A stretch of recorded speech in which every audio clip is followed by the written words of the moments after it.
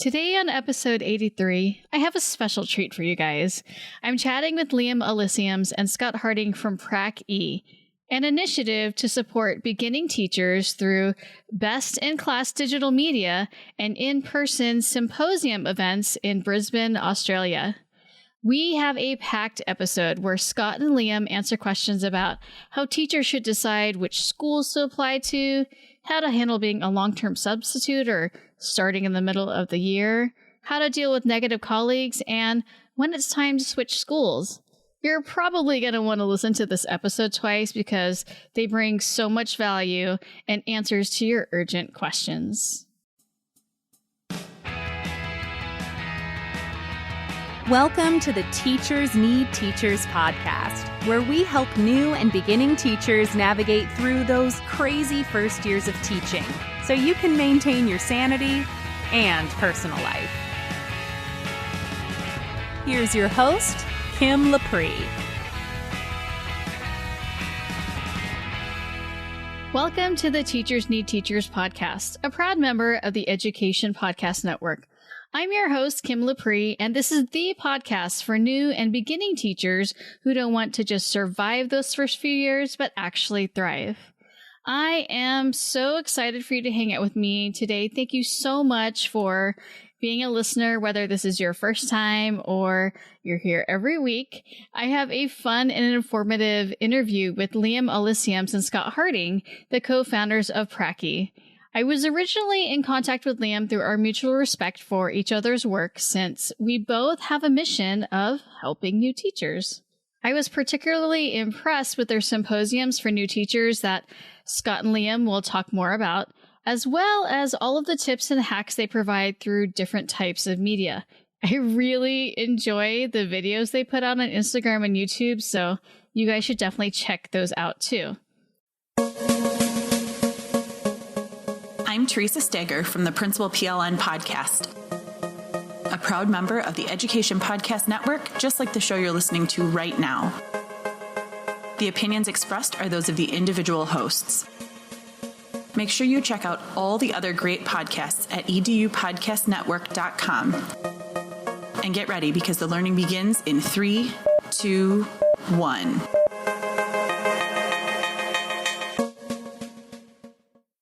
Now, a little bit about them. Scott is a veteran teacher of more than 22 years, and he's taught in every type of school out there, both in his native England as well as Australia, where he's lived for quite some time.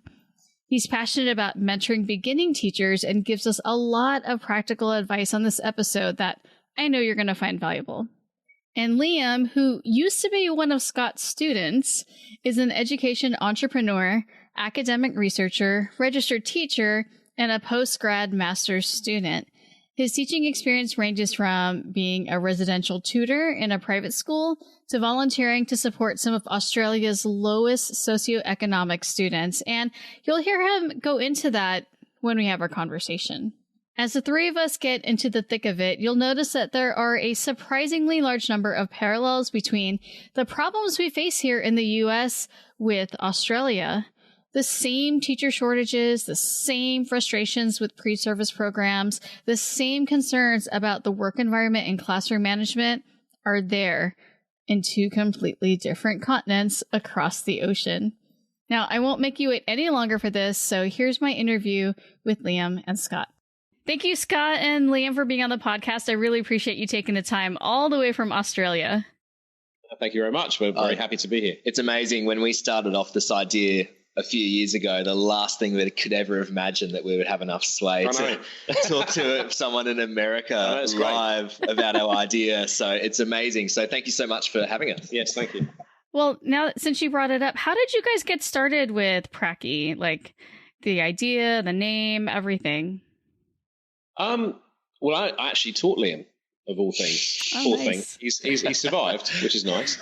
But I taught him, and then he came on Prac at my school. So basically, he started, as a substitute teacher at ours. And we were chatting one day and said, "Look, there isn't a formal process for mentoring people. We made it up on the fly almost. There was no specific guiding process from me as an experienced teacher to him. So we worked very closely together, and we worked at a good working relationship. But there's no manual, there was nothing to follow. And I said, how many people in the first sort of 2, 3, 4 years of their career get no guidance? It must be huge. And you look at the dropout rates, it's global, not just America, I'm sure, but here in Australia, certainly back home for me in England, I'm English, by the way, sorry for any listeners. Apologise for my accent in advance. And, the dropout rate's approaching 50, it's nudging higher, 50%. And you look at it and go, a lot of that is to do with the fact that people aren't feeling supported, or there's a gap between what they're told in university or what they're told in lectures and the reality of teaching. And it's alarming. If you're an experienced teacher and you're expecting people to come in behind you as a generation, where's that going to come from if people are dropping out all the time? It's not going to be, something that's supportive, for any kind of factor of education, really, whether it's private or public, I was able to see it firsthand as well through my university. Every time we came back from our practical experience out on school, my cohort had literally halved. We basically had a lecture theatre where we sat 400, 500 students. And then we came to the first lecture post Prac, and it was compulsory to rock up, and only 8 students were there, including myself. It's like the Hunger Games. Oh, yeah, for sure. Wow. And from what I've heard, there was a massive discrepancy between what we were being told we were in store for and then the reality of the situation once we went out onto Prac. And I had peers of mine out on Prac, they had a nightmare lesson, as any of us do, but they didn't have that support network or the context to put in why that nightmare lesson particularly happened. So they blamed it all on themselves. And then you ask where John went, because it's period 1 and he's not here. And then his mentor teacher goes, he dropped out last night. And you go, so there was only so much of that I could take before we had to step in and come up with some sort of model to actually meet these needs. And I think that's where Prac-E originated from. Yeah, and from my perspective, certainly I've been teaching for 22 years now. That makes me feel so old. And, I can't in good conscience sit there and watch that. Do you know what I mean? I really can't. I'm looking at that and going, there are so many good minds and so many great potential career teachers going to waste because they're not feeling supported or mentored or counselled properly. And we all have bad lessons. It happens. Do you know what I mean? But it's whether you have bad days and then bad weeks and then bad months. That's a different thing completely. But you can see where people would catastrophize and go, well, I'm not cut out for this. If they have 2 or 3 bad lessons with a class that's resistant to them, and then they just catastrophize and go, well, I just shouldn't be a teacher. And just stop. It must happen to a lot of people. In Australia, so Scott mentioned it just before, we have this thing called the teacher drought, where basically the teachers within the first 5 years of their careers especially are dropping out at an astounding rate. Along with actual drought, of course. Yeah, exactly. Yeah. Same here. It's debated whether how high these stats go. Some statisticians say that upwards of 52 to 60% of teachers drop out of the profession. We also have the same themes here with the university, because a lot of people are saying, what I'm learning in the university, it's a lot of theory. It's not anything that's practical. And then when I go to my student teaching or practicum experience, I feel like I'm completely unprepared and I'm eaten alive. I don't know. Why do you guys think that this is so common, though? You think that they would have higher standards for preparing teachers? Without running universities down, because I'm sure they do a fine job by and large, certainly in terms of the academic theory, etc. It's the practical knowledge that people want. It's people want to know what happens if a kid throws a chair at me? What happens what happens if, my technology fails on me, which is, technology-driven classrooms are such a thing there. But what happens if the internet goes down? What do I do then? How do I cope? How do I feel that silence? And it's that idea of the terrifying silence when you first get up and people looking at you. And when we first started Prac-E, we were discussing about how the model should actually look. And obviously, if you get a whole bunch of teachers in a room, usually the discussion goes to debates around big picture kind of stuff. Oh, good Lord, yes. Whereas usually with beginning teachers and university and college students in particular, sometimes we're wondering just the tiniest things that maybe an experienced teacher may take for granted. For example, I have a million resources, yet my lessons keep going short by 15 minutes, and then I've got this dead air, like, why is this happening? And there's so many little tiny questions that beginning teachers have that don't get covered in a unit or don't get covered in a lecture. So Prac-E really wanted to be practical. So we wanted to just hit those tiny little questions that probably cause the most anxiety before you go out on your placement. And basically just come up and get experienced teachers and change the context and go, well, what are those tiny little things? Let's nail them all within an hour and a half, 2 hours. And then from there, you'll have a bit more experience. So when it happens, it's not happening for the first time. Those questions that keep you awake at 2 a.m. in the morning. Yeah, those right. ones. So then what do you guys actually do with Prac-E? Like, I know that you had some symposiums and like, how do you get people to go to that? Who are you targeting? What is your model? So Prac-E's split into two halves. Our first half are Prac-E symposiums, where a varied panel of experienced teachers aim to demystify the teaching profession for pre-service teachers and early career teachers in a Q&A format. Every single perspective that you could possibly imagine. And we basically sit them down in a panel, and Prac-E actually doesn't present any content ourselves. It all comes from the audience. Yes. So we have a live link as the audience can come through, which links to an online forum and then links to me, the host. So they can literally ask any anonymous question to this panel for 2 hours. The other half of Prac-E is our digital media. So we basically produce the exact same approach to the symposiums, but for ongoing written word, audio, and video. So we do a series like Ask Prac-E Anything, where the Prac teachers can send in real niche context questions and we answer them in real time. And hopefully it's something that applies across international context anyway, because there's just universality to a lot of the issues that people face, irrespective of testing regimes and freedom that you're given or not given, rather, from the government. Right. So hopefully there's some kind of universal application for everyone who listens.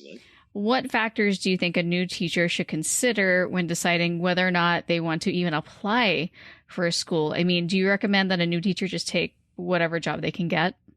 We get this question a lot during Prac-E because obviously our target market are going out into the profession and they don't know.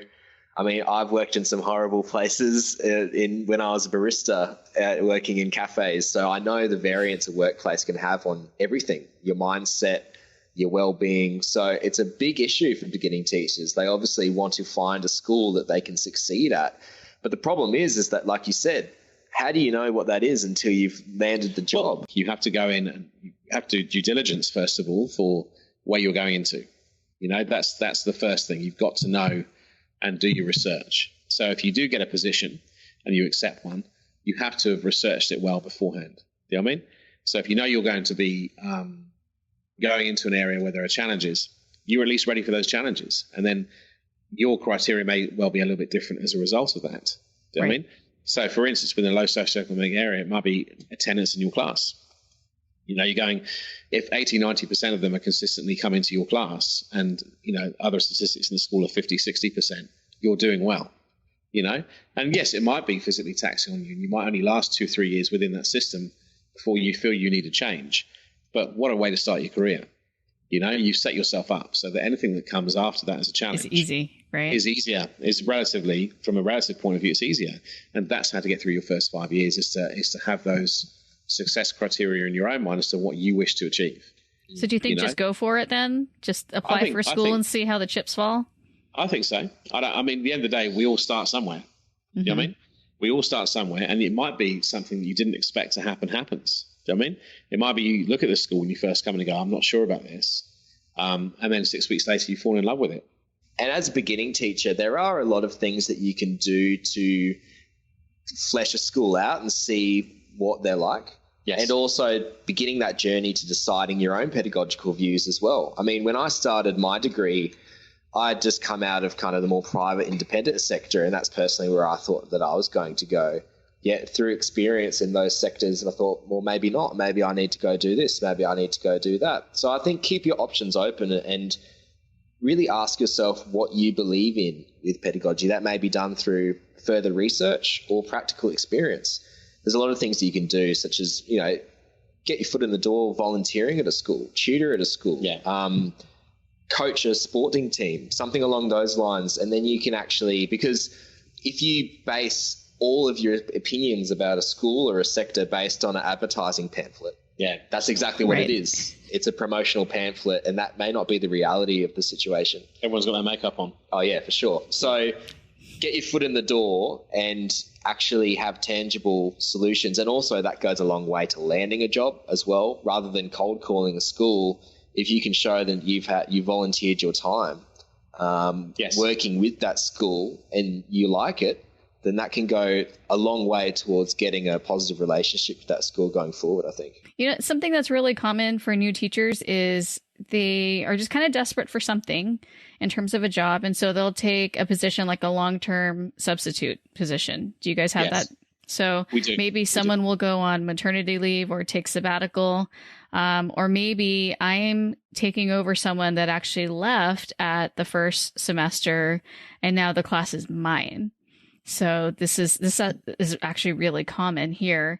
So what advice do you give to those new teachers who are just kind of like thrown in, and what are the most important things that they should plan for and do like right off the bat? It's a great question, really, because that's a big issue here in Australia as well, especially rural, and rurals are usually quite short because no one wants to live in the country for a prolonged period. So they always say, it's not forever. But then Metropolitan's so competitive that they go, you're only going to be able to get a contract. And you go, well, which one is it? Yeah, you can't. Where do I actually get a full-time position? So it's something that is very common here, that the rhetoric surrounding it is basically you get your foot in the door with some term 3 contract while someone's on maternity leave or something along those lines. You put your best foot forward and hopefully they offer you a full-time position. It's a very odd way to structure a career, I think. It's not a bad thing, though, because like I said to you, it's about collecting experiences. In your first 5 years of your teaching, you should be collecting experiences, right? That's what I personally feel. And then you are in a position to be more discerning and more discriminating about where you would feel you naturally fit. But until you try something you don't know, I think contract positions are a really good way to start a career. And the reason I think that is because you have to come in and you have to be on. Right. You have to be on straight up, right? Because you can expect the first 2 weeks to be very turbulent. You can, because the students are disrupted. No one likes change if it's enforced on them, right? So the students are going to react to that, and they're going to react to that depending on where you are in the context of your country or the class that you're dealing with or the culture you're dealing with in different ways.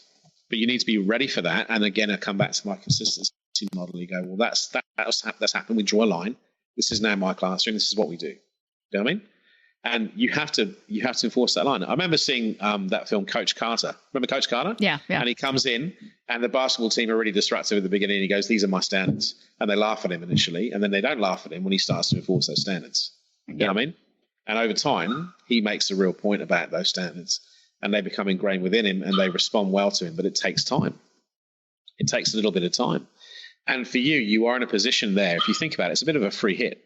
You've come in. It might be that you're taking over from a very, very loved teacher, in which case you've got a little bit of a harder. Definitely an uphill battle there. It can be an uphill battle at that point because you might hear this teacher does it this way. Right. Or we are used to this. And you've got that resistance initially that you have to wear down over time. And they won't like you. They won't like you initially. But that's okay. Initially, And there are various people that I've met in my life that initially I didn't like them and I love them now. You know what I mean? And that's the thing, you say, well, you don't like me yet. It's always about yet. The word yet is really powerful. So you don't like me yet. You know what I mean?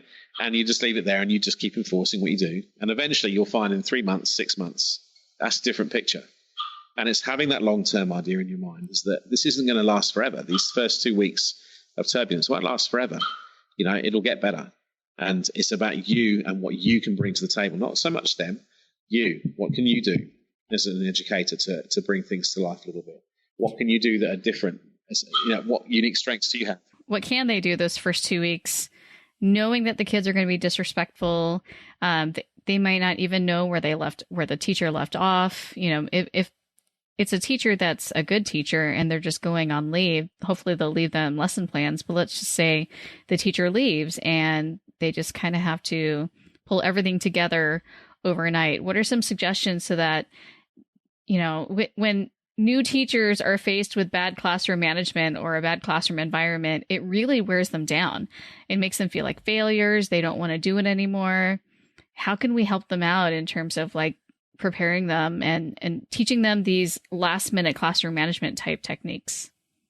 The first thing you've got to understand is that it's about establishing your classroom, right? So it's not about content. Content you can catch up, all right? Content you can flip. Content, there's various different ways of dealing with content. So the first thing you've got to get out of your head is I must cover content. Because if you haven't established any kind of rapport with anybody, you go nowhere. You're throwing it against the wall and it's sliding down the wall. So the first two lessons shouldn't be anything to do with content. It should be you and them just talking.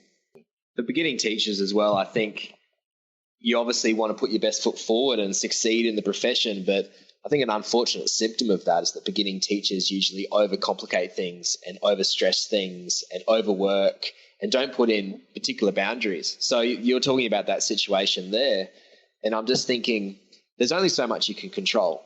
And I think scheduling, admin, where those kids were before, that's out of your control as a beginning teacher, and so are a lot of things within the happenings of a school.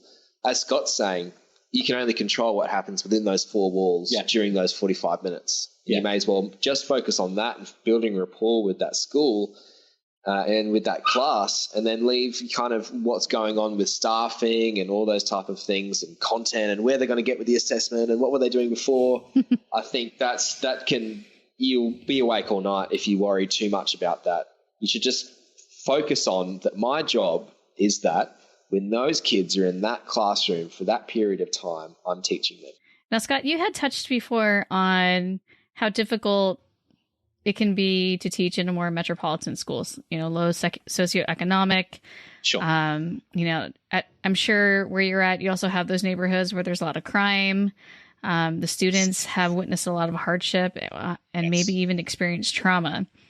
So, Liam, you had also mentioned that these areas, ironically, are more popular because new teachers want to live in the city. So how can they prepare for this? They may not even be aware of how deep this goes because they may not have experienced it. They're like, I want to go live in the shiny city, but they don't really know what the people who have grown up in that place are experiencing. So what should they expect and what should their priorities be? I'll jump in here because I've recently had experience in a very low socioeconomic area of Brisbane, and I was in a school where I was shocked. I didn't know that we had that low socioeconomic students with that much hardship in our country. I honestly thought that there was a bottom level, and then I experienced the reality of this situation that I've been ignorant to my whole life, and it opened my eyes. I honestly thought that there was a base level standard and that these kids, some of the things that they have to go through on a daily basis, it was absolutely shocking to me, and it completely opened my eyes. Some of them are in and out of juvenile detention centres. Mm-hmm. Some, literally the majority of the school rocked up high on drugs, not just weed either, like hardcore drugs, meth and things of that nature. None of them basically had consistent homing. They were all pale and they all had big sunken eyes and sores all over their skin. Some of them had bullet wounds. And then just the initial reaction to me being there was that they threatened me and threatened my life. And it's just it just made me feel so dark and just so sad for them and so empathetic. And it made me feel shocked that this country allows that to happen. I mean, their lived experience day to day is something that I could never fully understand. So as a teacher coming in, and those teachers that they literally deserve to have their name up in lights every single day for the things that they are put through and the things that they do, and that they come every single day at 10 in the morning to do the same thing for those students. And they're probably the only consistent role models that they have in their whole lives. That's jumping back into what you were saying and going back to what I said earlier. That's a success criteria right there. You're adjusting your expectation at that point as to what you can really achieve, because you are fighting things that you can't control. So one of the first things you would say to a teacher in a difficult school like that is control what you can control. You can't worry about things outside of what you're doing, because it might be, and I'll go back to that safe space thing about, again, your classroom is the only safe space that person knows in that day. That's a big responsibility. Let's say that I'm in a school where things like the students aren't in a bad socioeconomic area. The kids are well off. The parents have all kinds of money. And then I discover that the culture is toxic. I'm sure you've experienced this, where there's mistrust between the administration and the staff, or you have colleagues that are really, they're really bitter and jaded, and there might even be factions in the school. So, with new teachers, and I hear this all the time, they're like, I came into this and everyone hates each other, and I can't even find a mentor because everyone is so bitter. So how can we help them out? So something for beginning teachers, I think millennials are always chucked under the bus. They are. Because, they say that, that we can't communicate and we can't form one-on-one relationships anymore. That's not true. But the fact of it is that it hasn't gone, it's just changed. And it looks in a different way than it used to be in the 70s, 80s and 90s. What I'm talking about is that the capability for online platforms in terms of community, professional development, communication is unheralded. Yeah. And it is the point of call for any beginning teacher that's struggling out there. I mean, to connect with you, we're a living example of this. Yeah, we're doing that. We're in Brisbane, Australia, and we're talking about pedagogy with someone in San Diego. Yeah. Live. Yeah. That would never have been possible. And I think we need to take advantage of that, because studies have shown that millennials value communication in that way. And there's numerous ways of doing it. It doesn't have to be Prac-E. Prac-E does that. But if someone finds something else that's supporting them, I don't care. As long as they're finding some support and professional development. The easiest way of doing that is literally Google search. There's teacher meetups in your area. There's Facebook groups. There's Twitter hashtags where people, talk about their problems. There's Instagram groups. I mean, the ability to find teachers that are literally in your exact same level of your career is amazing. Whereas back in the day, I think a negative was that you had to find mentors in person. I'm a beginning teacher in a metro, like you said, that exact scenario. I may feel all alone in the staff room, especially if they click off, like you were saying. Yet in the world today, I can find numerous hundreds, if not thousands, of like-minded teachers that are going through the exact same thing. And that camaraderie is unparalleled. So if there was one thing that I'd suggest, is that if you're not getting the support that you need in your school, is to kind of extend your realm of influence. Start looking into online platforms, because there's plenty of it out there. Well, the one thing I'll say is to any of it, if we're talking generationally here, millennial teachers, you're the future, all right? So things are going to change because you will change them, all right? So you look at this toxic culture that exists now, it's not going to be there when you become somebody who's in that position. It's just not going to be there. That's what some of these teachers are like. They're too institutionalized in their current role, and they can't see their way out, and so they become toxic. Do you know what I mean? You look at that and go, I'm not going to go that way. And you can choose to go outside your school. You don't have to have a mentor within your school. You just don't have to do that anymore. But how about just working with them, though? Like, I have to go to a department meeting with them, and they disregard everything I say because I'm a new teacher or because I'm a millennial, and, what can I contribute to the conversation? How can a new teacher feel like they belong in this situation and not just be completely, overshadowed by everything that's going on in the school? Well, the first thing is you've got to separate the issue from the content. Okay. So if you're looking at something, for instance, like grading papers and feedback in my subject area of English, that's a massive thing. All right. So you might have somebody who's very, very adamant that this is the way that we do feedback, and someone else in your faculty, because they think that, decides to go the other way, and you're sitting there watching this pitch battle going on. All right. And the honest truth is, as in any situation, there's probably merit in both their approaches. You take what you need. You know what I mean? And you just write it down. Just keep it for yourself. And find a middle way. Be that middle way is my advice to you. Be that middle way. Be the reed that bends a little bit initially. All right. And get them both to climb down from their positions gradually over time. You're not, if they actively dislike each other, there's not much you can do about that. All right. But we're all professionals at the end of the day. So hopefully. Yeah. Hopefully. So if it's completely unprofessional behaviour or illegal behaviour, that'll get dealt with by admin. That's nothing to do with you. You're too far down the chain to worry about that. What you worry about is what's immediately your concern. So duck out of the fray then. Duck out of the fray. You stay out of it. Don't take sides. You stay out of it. All right? And all you do is you sit there and you watch and you go, that person's got that point, that person's got that point. You diary it and you go, okay, I'll suggest a middle way. And always come out with that not conciliatory pattern, but come out with a solution. Be solution oriented is my advice. Don't worry about the issue. Don't get involved in the politics. If someone asks you to take sides, say, look, I'm sorry, I'm too young. I don't understand. Play dumb, roll over. It doesn't matter. Stay out of it. Okay. Do not be recruited. That's my advice. And for the love of God, don't engage in staffroom gossip yourself. Yeah. Right. That's a fast way to go. Once you're in that world, you're in that world forever. Yeah. You'll do the high school girl mentality where someone goes, do you know what? Do you know what Jenny said? And then you say, oh, that was, I know, yeah, whatever. And you don't even say anything. And then they go to Jenny, oh, do you know what Liam said about you? That's right. It's the exact same type of thing. I mean, you got to question who are the adults and who are the kids in some schools from what you've seen. But you want to be that one staff member when someone goes, you know what?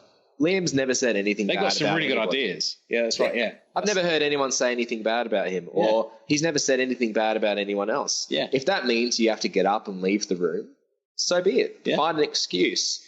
But sometimes joining that is never to your advantage ever, because people notoriously flip-flop. And then sometimes you agree with their opinion on Monday, they've disagreed and they've changed their mind on Tuesday, and then suddenly you're the enemy and you didn't even agree with anything in the first place. That's right. You can't get dragged into that quicksand. So the obvious social trap to avoid is just because they're toxic doesn't mean you need to be. Right. All right. Don't sit there and get sucked into their quicksand of nonsense. You just stay out of it. And as I say, you find that external support if you can't find internal support, and you diarise and go, this is what I'm learning here. This is what not to do. Right. You know what I mean? This is what not to do as opposed to what to do. Now, Scott, have you ever been in a situation where you were singled out either by administrators or other colleagues, in a negative way, and it just felt like they had it out for you? Oh, of course. I think we've all been there. When you speak your mind, you tend to invite that occasionally. And English faculties are notorious for that kind of thing. Yeah. But, you look at that and go, that's okay. That's part and parcel of it. Part and parcel of being that kind of a person is that if you're going to give your opinion, you're going to get some back. Do you know what I mean? You have to understand the rule of the game there. And then obviously you play within the structure that you have. Do you know what I mean? You have to understand, and you understand, I'm sure, from a union perspective, you do actually have some rights as a teacher. Mm-hmm. All right? You have some rights. You have a lot of responsibilities, but you also have rights. Right? So there's certain collegial behavior you should expect. If a faculty member, for instance, is criticizing you to the students, and behind your back, that's a massive no-no in our profession. You just don't do that kind of thing. Do you know what I mean? That's extremely unprofessional. So that's happened to me occasionally. And I've had to come up to the teacher in question and say, can I have a private chat to you, please? And if that private chat doesn't go well, it gets escalated. It's just the way it goes sometimes. And it can just be a personality clash. It can be a lack of professionalism. It can be a lot of different things. Do you know what I mean? It can be misunderstandings sometimes. It can be genuine misunderstanding. True. How about with administrators, though? What if it seems like nothing you do is good enough? They're always criticizing you, and you're a new teacher worrying about getting tenure. Yeah, of course. I mean, that's something that is a legitimate concern. But again, email everything. Keep a trail. Right? All of your interaction with them has to be formal, and it has to be on email. All right? Protect yourself and join a union would be my advice. Those are the two things. Can I just say to any teacher, join a union? All right? And I'm not saying that because I catastrophize. I'm just saying it's a form of teacher insurance for yourself. It's such a volatile profession in terms of what you may encounter. You may well require it one day. And it's a very important thing to understand that you have collective voice, So email everything, join a union, and also seek support of colleagues and make people aware of what's happening so that you can't be taken in isolation at that point. You know what I mean? Mm-hmm. So, There was one school that I went to where I fundamentally disagreed with the head of department's strategy, and then I was foolish enough to say something about it. And this was when I was a Prac student, so you weren't helping yourself. I think I'm just naturally that type of person anyway, and it probably wasn't the best way to go about it. And I think there was some other things going around in the department at that time. It was just probably the worst period in human history for me to actually be there. There was a lot of things going on, and then it turned into, I think, like you were saying, it turned into some also almost a personal battle. And I think McCarthyist persecution. It was hardcore. But what really helped me in that instance was that, like I was saying, I focused on my students and I focused on what I could do in that classroom during that time. My job at that point was to teach that group of kids for 45 minutes in period 3 for teaching them 1984. So I made that the best that I could. I communicated how I was doing that. But the department started to have it out, because I wasn't the only one that was disagreeing with this perspective. It was kind of like I was saying before, like there was a bit of high school gossip going around, and people were, saying it's almost like a House of Cards thing going on. But what helped me was that I simplified things, actually. Simplifying things and boiling it down to what are your core responsibilities and when can really help you get through the day. I mean, sometimes it is heavy, especially if there's a department meeting, after the beginning of school or during school, and you have it out and then you're quite upset, or something gets said, and you take it personally, and there's something that needs to be happened somewhere down the line. But it's hard to go back to the classroom after that sometimes, because you just want to be like, what was that about? And then you start questioning yourself, and it is difficult. I can fully empathize with the perspective of this question, but simplifying it and analysing your role and really looking into what matters and what doesn't, and changing your perspective and what is in my control and what is not in my control can really help you get through day to day. I'm imagining this might be different for each of you. At what point do you think a teacher should leave their school? Wow. Do you want to take this one first? Leave the school or leave the professional? Oh, their school. Sorry. Like, when is it time for them to move on to a different school? Because some teachers, they don't want to leave because they feel like they're quitting on the kids and they're quitting on themselves. But there just really is a point when it's not good enough for you anymore. It's not good for you anymore. What do you think that point is? I think once it starts bleeding into your well-being, I think that's the core point where you need to deeply question your circumstances. Now, whether that's changing things within the school and sticking it out, and maybe that's some other circumstance that's leading to that, that's one thing. But if it's day in, day out from the school, then there's questions to be had there. I think it's all right to have a bad day, bad week, bad month even, bad term. Sometimes just from the nature of where the school is at the moment, where you're at pedagogically in the combination of your classes, sometimes you are going to have a bad thing. We were talking about resilience earlier. Yeah. However, if it's month after month, month after month, month after month, and it's just you don't see any kind of light at the end of the tunnel, and that's bleeding into your well-being day to day, your relationships with other people, that's when you need to question if that school's the right fit for you. School culture is very dramatically different. Through the symposiums, two teachers that you think should be relatively similar from similar sectors have very drastically different opinions. And it just goes to show that schools are very different places. We've talked to teachers who basically got fired from a school because they thought they couldn't teach themselves out of a wet paper bag. That's right. Yet they go to the next school and they get a promotion straight away, and then suddenly they're head of department. Sometimes schools are very insular bubble places, and sometimes if you're not in that bubble and you don't agree with it straight away, there are very different approaches to education. Let's not kid ourselves here. You can definitely change. So I think if it starts bleeding into your well-being and you just have fundamental differences step by step for a prolonged period of time, that's when you need to start looking to greener pastures, I think. Well, there's two ways of looking at it, right? So firstly, certainly there's the well-being aspect of things, which is the obvious answer. But the other one is if you're feeling like you're getting stale. If you feel like you're getting stale, I remember my first school, right? And 6 years I was there, and I can remember the day. I can remember the lesson even that I decided that's it, I'm done. And it was literally a French lesson with my Year 9 class, and I was literally repeating almost line for line the same lesson I'd done the same week the previous year. And I went, yeah, I'm done. because you can see yourself becoming a robot, getting into a pattern, getting stale. Right. And it's admitting that to yourself and going, I've hit my limit here. I mean, I need to move for my own sake at this point. And as it turned out, I emigrated. But it's really interesting to see when you know, you know. Do you know what I mean? It's whether you wish to admit it to yourself. You know? Exactly, yeah. I'll give you an example, right? We watch UFC. Conor McGregor, he hasn't admitted to himself yet that he needs to retire. All right? He hasn't. You can see a lot of his disruptive behavior. You go, you need to retire. You know that. You're past it. You need to stop and do something different. And it's the same kind of thing with you, with your teaching career. You go, look, I'm at the point now where I need to do something different for myself. And so you can get stale. So the corollary to the idea of well-being is that you're actually in a place for 7, 8, 9 years. And you hit that slump, which I'm sure you know, you're 18 years into your career. I'm 21 into mine. You go, what do I do next? What do I do now? I've been in the school for 6 years, then one in for 9. And by the time my daughter graduates, my current one, it'll be 11, and it'll be time to go. Do you know what I mean? Right, I understand that. Do you know what I mean?